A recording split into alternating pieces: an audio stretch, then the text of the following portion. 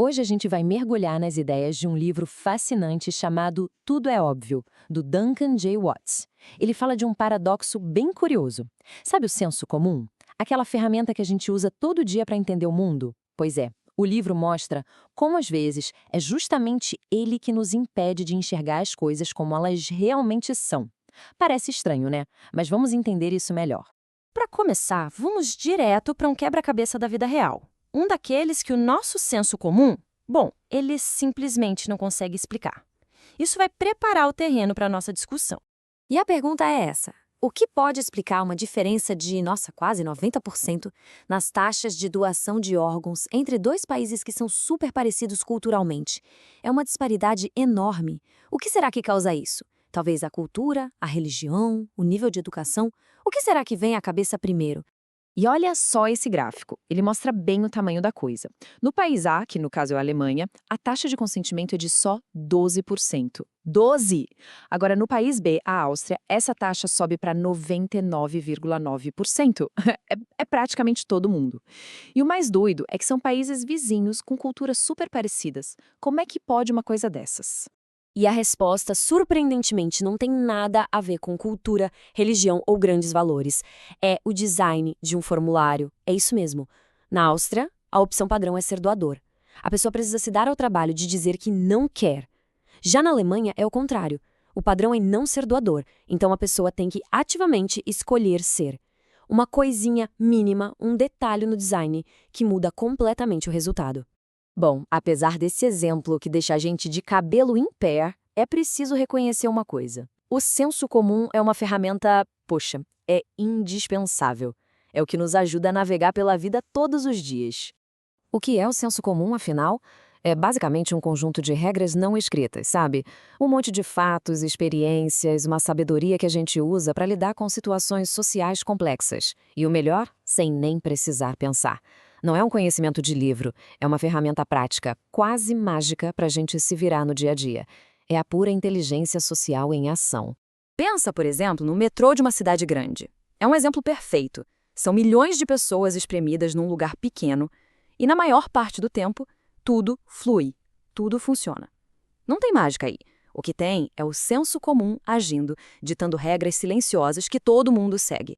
E tem uma frase, baseada no trabalho do psicólogo Stanley Milgram, que diz exatamente isso. Que a ordem social que a gente nem nota no dia a dia é mantida por regras escondidas. E a gente só percebe que elas existem quando a gente tenta quebrar uma delas. O próprio Milgram fez um teste genial com isso. Ele pediu para os alunos dele entrarem no metrô e simplesmente pedirem para alguém ceder o lugar, sem dar motivo nenhum. Parecia fácil, né? Mas foi aí que eles descobriram uma regra social poderosíssima. E o resultado é de cair o queixo. Mais da metade das pessoas cedeu o lugar. Mas a parte mais interessante não foi essa. Foi a reação dos próprios pesquisadores. Eles contaram que só o ato de perguntar causava um mal-estar, um desconforto quase físico. Isso mostra a força dessa regra que ninguém escreveu em lugar nenhum. Ok, até aqui vemos como o senso comum é incrível, mas agora vem a virada. Vamos ver os momentos em que essa ferramenta, que parece tão genial, nos deixa na mão e de um jeito espetacular. E para ilustrar isso, tem um estudo clássico do sociólogo Paul Lazarsfeld. Ele pegou os resultados de uma pesquisa gigantesca feita com soldados americanos na Segunda Guerra. E o que ele fez com esses dados é simplesmente genial para mostrar as armadilhas do nosso raciocínio. Então ele apresentou algumas conclusões que pareciam totalmente lógicas. Por exemplo, uma delas era: homens que vieram do campo tinham um moral mais alto do que os soldados que vieram da cidade. Poxa, faz todo sentido, né? A gente logo pensa, claro, o pessoal do campo está mais acostumado com uma vida dura, se adaptaram melhor. Parece óbvio. Só que aí veio a grande virada. Lazarsfeld revelou que todas aquelas descobertas óbvias eram, na verdade, o exato oposto do que a pesquisa tinha encontrado de verdade. Na realidade, eram os homens da cidade que se adaptaram melhor. E qual era a lição aqui? Que o nosso senso comum é tão, mas tão flexível que ele consegue explicar qualquer coisa, depois que a gente já sabe a resposta. Ele se encaixa em qualquer resultado. E o próprio Lazarsfeld resumiu isso perfeitamente. Quando uma resposta e o seu oposto parecem igualmente óbvios, então tem alguma coisa errada com a ideia de obviedade.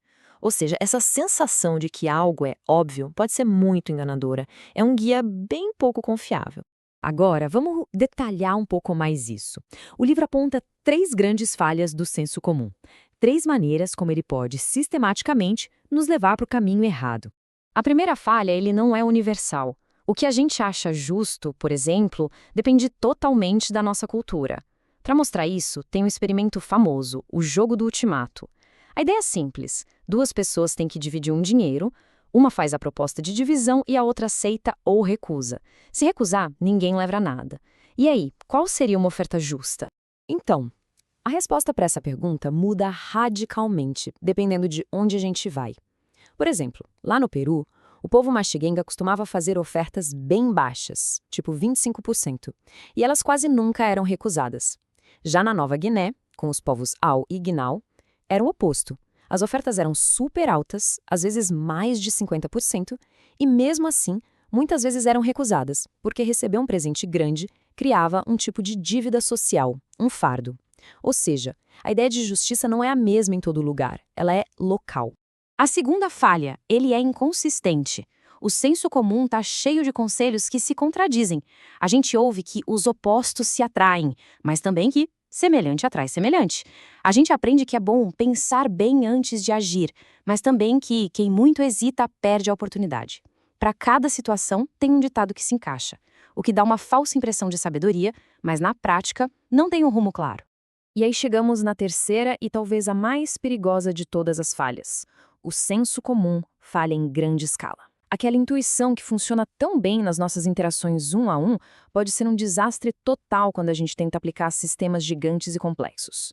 É por isso que às vezes vemos projetos de urbanismo que acabam piorando as coisas, planos de ajuda internacional que não dão em nada, ou estratégias de empresas que levam a fusões desastrosas. As regras do jogo são completamente diferentes. Tá, então o que a gente faz com tudo isso? Se a nossa intuição, o nosso senso comum pode nos enganar tanto, como é que a gente deve encarar os grandes problemas do mundo? Pensa bem, na física, todo mundo já aceitou que a nossa intuição não vale muito. Ninguém olha para o céu e tenta adivinhar como a gravidade funciona, certo? A gente confia no método científico, em experimentos, em dados, para entender como o universo funciona de verdade. Agora, quando o assunto é a vida social, a economia, a política, a história é outra. A gente confia de olhos fechados na nossa intuição. E é aí que mora o perigo. Como o senso comum funciona tão bem nas pequenas coisas do dia a dia, a gente acaba usando ele para tudo, para problemas gigantes que ele não foi feito para resolver. E o resultado disso não é compreensão de verdade, é só a ilusão de que a gente entendeu. Então, no fim das contas, qual é a grande lição? A ideia não é jogar o senso comum fora, de jeito nenhum. Ele é essencial para a gente viver. O ponto central é saber reconhecer os limites dele, entender onde ele para de funcionar.